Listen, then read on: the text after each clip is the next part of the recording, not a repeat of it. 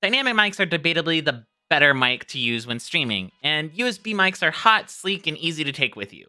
Or at least they should be. Beacn is the cool new kid on the block, formed out of the ashes of the original team that brought you the Go XLR before leaving to start their own company, and they've got 3 products to show off for the debut. I got them early to beta test, and I'll tell you whether they're hot or not, so let's talk about the Beacn Mic.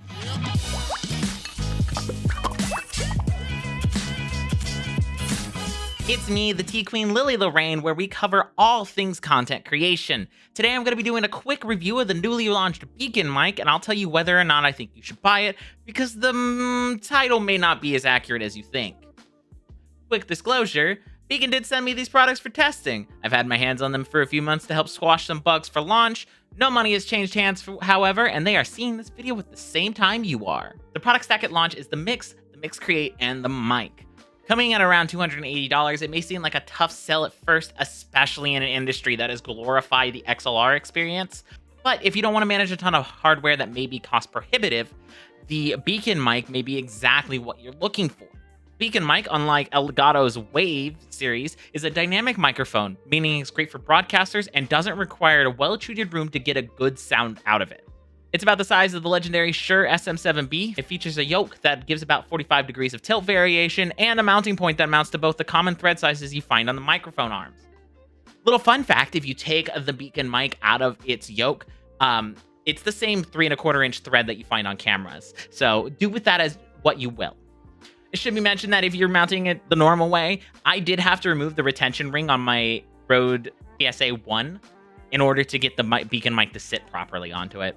It's not a problem because the thing hasn't moved since I mounted it. You can get it either in semi-gloss black or semi-gloss white, and the LED ring surrounding the end of the windscreen is entirely customizable in the Beacn software. While we don't have specifics on the capsule, from what I know, it's an effective clone of the Shure SM7B remake that launched last year. Honestly, out of the box, the mic sounds great. I'll include some samples at the end of the video comparing it to the RE320 and the Wave 1 that I have on hand. The guts of the mic are where the magic is, though. The Beacn Mic features an onboard DSP, or a digital sound processor, so like the Go XLR, it has a bunch of built-in processing effects built right in, so you don't need to buy a bunch of audio gear or a bunch of VSTs to get a decent-sounding mic. And boy, does it give the Go XLR a run for its money. The onboard headphone jack is one of the best I've ever heard on a device in this price range, and even some higher than this, as it features a DAC featured in a lot of prominent high-end smartphones from what I was told. Sporting a 32-bit, 96 kHz interface, unfixable clipping is a thing of the past. Let's talk about that for a second. Elgato has brought their clip guard technology to the game with their Wave products. This is nothing new. Basically, what Elgato is doing is recording 2 tracks on the microphone, one at your normal levels and then one 20 decibels lower. When you hit a certain threshold on the main levels, it will automatically kick over to the secondary one, causing you to not clip. Though you still can get some loud distortions from it if you're way too loud. This isn't very effective. 32-bit interfaces, on the other hand, are a bit different. I'm not really qualified to explain the difference between 24 and 32-bit audio interfaces, so I'll throw you over to this article by the Audio Hertz that explains it a little bit better.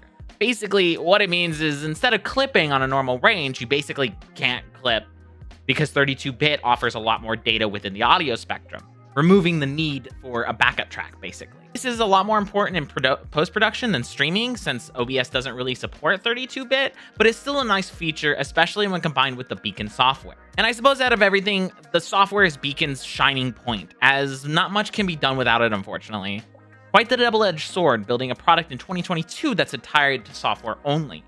Upon downloading the Beacn software, you'll be greeted with a pretty blank interface. Tap on this weird tower-looking thing to expand the mic options and dive in.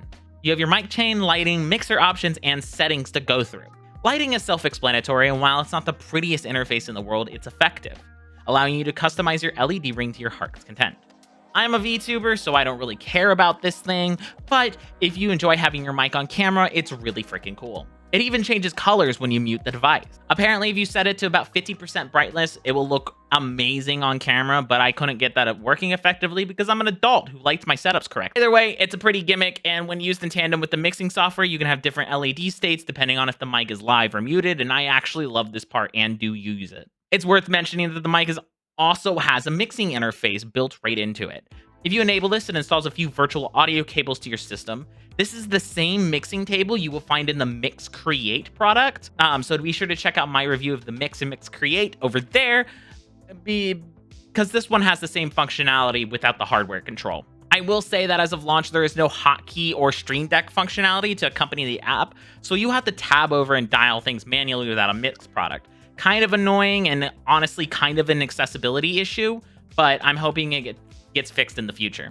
Finally, the piece of resistance, the mic chain. While the Elgato Wave now has VST plugin support, those run on your PC, taking up CPU cycles and performance. We don't like things taking up performance. With the Beacn mic chain, all of the effects happen entirely on board of the device's DSPs. This negates any negative performance impact that you would normally have on your PC. At the top here, you have a graphical EQ. Much better than the interface given on the Go XLR. It's much more akin to a VST graphical EQ. You can add up to 8 bands to it. Frequencies range from 0 to 20 kilohertz, and you get about 9 dB of boost or subtraction in either direction. There's 2 presets at launch, a flat and not flat, but if you click the advanced button here at the bottom, it will automatically kick it into your user customizable mode. I'm not an audio engineer, so I'm not going to walk you through how to set up your EQ, but it's actually really neat. They include some guides on screen about where certain frequencies lie, and it'll help you EQ from there if you're not too sure. Honestly, if you're winging it and teaching yourself how to do audio stuff, the graphical interfaces in the Beacn app are a huge standout for me. They offer a lot of loudness guides or frequency guides within the app for new users that I think a lot of these streamer-based apps should include to help people learn how to get better audio. At the bottom right of the app, you'll see a record and play button and like a 0 out of 10 next to it. If you click record, it will allow you to record 10 seconds of your voice so that you can EQ while testing. It's not very efficient to EQ your voice while also speaking because you can't actually hear what your voice sounds like while also talking. It's one of those weird human things. So this allows you to record a sample and test out a few different EQ settings and compression settings while you're getting ready to stream. Of course, above on the output gauge, there is a guide as well to allow you to know where is too loud and where is not loud enough when you're speaking. So along the mic chain, you're going to have your basic mic set up. This is where you set your mic gain here from the start, including a handy visual guide on where your voice should be when you're speaking at normal volume. The next tab over is your noise suppression. This acts like a traditional noise gate you've probably used in the past. It will help stop room noise and desk noise to a degree from getting to your viewers. Instead of having to futz with precise numbers that you have to in like the built-in noise gate in OBS, you could just dial up a percentage of the amount of suppression you want. I set mine for about 80 for both sensitivity and amount, and it seems about good. If this isn't working well for you, you can change from adapted to snapshot, which allows you to take a snapshot of the noise floor within your room and use that as a basis instead of being adaptive. Going hand in hand with the noise suppression, we have an expander. If you want the deep science of expanders, I've linked an article from Isotope, the plugin manufacturer, below. Basically, an expander increases the dynamic range of your microphone and then suppresses the quiet bits while making the loud bits louder without destroying the signal. This is probably what a lot of streamers think a compressor is meant to do, but realistically, an expander is the right tool for the job. Between this and the noise suppression working in tandem, it rivals the NVIDIA noise suppression without all the mumbled audio sound in the background. This one requires a little bit of playing around with, but I found about 40 dB and an expand amount of about 50%, and tuning from there was a perfect start. Just like the noise gate, you don't want it cutting off the end of your sentences or the beginning of your sentences, and you don't want unnecessarily sounds coming through. I would say some built-in guides into the app for this part in particular might be good for new users. I have a feeling a lot of people won't know how the expander works, but that's a small complaint given the other functionality within the app. Next up, we have the compressor. This is something a lot of people are familiar with at the very least. You can have it in simple or advanced mode. I would pop right into advanced mode and start dialing from there. I generally go a bit tighter with my ratio of about 2:1, but anywhere between 2:1 and 4:1 works well for most people. Set your attack between 25 and 100 milliseconds and a release of about 200 to get you started. Again, not an audio engineer. This is just what works for me. The best thing to listen for here is you don't want your voice to sound like it's being crushed down into like a narrow box. You want it to breathe. It's a lot easier to hear for and instead of like listen for. I generally go light with this, especially with the expander and play. Finally, you have the headphone tab. Here you can balance your mic monitor and your headphone levels. So if you're one of those weirdos that can't listen to your own voice through your mic, here's where you could turn that off. Alongside the monitoring, you also have an EQ section, a headphone EQ section. So if you want to get a little bit of bass rumblings and your highs a chirping, you can play around with that here.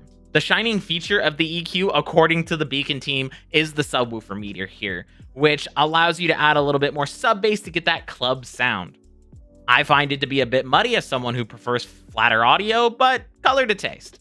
Finally, you have control of the headphone amp built inside the microphone.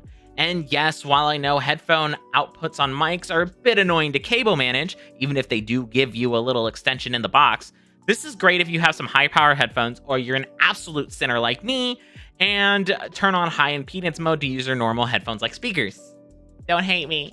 There's 3 more features in the mic chain I want to talk about before I go over some caveats. First up is the bass enhancement. This is just a one-trick knob for getting a little bit more crispiness to your low end. There's 4 presets here to adjust the taste.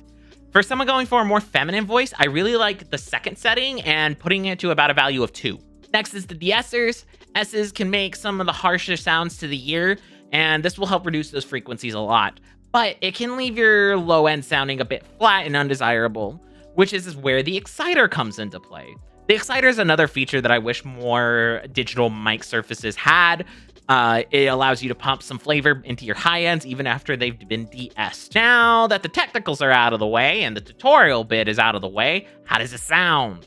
Well, you've been listening to it all process this entire time, but I'm going to be testing it against the Wave 1 in RE320 on my Focusrite 2i2. In a galaxy far, far away, it's a period of civil war. Rebel spaceships, striking from a hidden base, have won their first victory against the evil galactic empire. During the battle, rebel spies managed to steal script to the Empire's ultimate weapon, the Death Star, an armored space station with enough power to destroy an entire planet. Pursued by the Empire's sinister agents, Princess Leia races home aboard her starship, custodian of the stolen plans that can save her people and restore freedom to the galaxy. In a galaxy far, far away, it is a period of civil war. Rebel spaceships striking from a hidden base have won their first victory against the evil Galactic Republic. During the battle, rebel spies managed to steal secret plans to the Empire's ultimate weapon, the Death Star, an armored space station with enough power to destroy an entire planet. Pursued by the Empire's sinister agents, Princess Leia races home aboard her starship, custodian of the stolen plans that can save her people and restore freedom to the galaxy. In a galaxy far, far away, it is a period of civil war.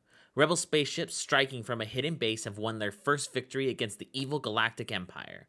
During the battle, rebel spies managed to steal secret plans to the Empire's ultimate weapon, the Death Star, an armored space station with enough power to destroy an entire planet.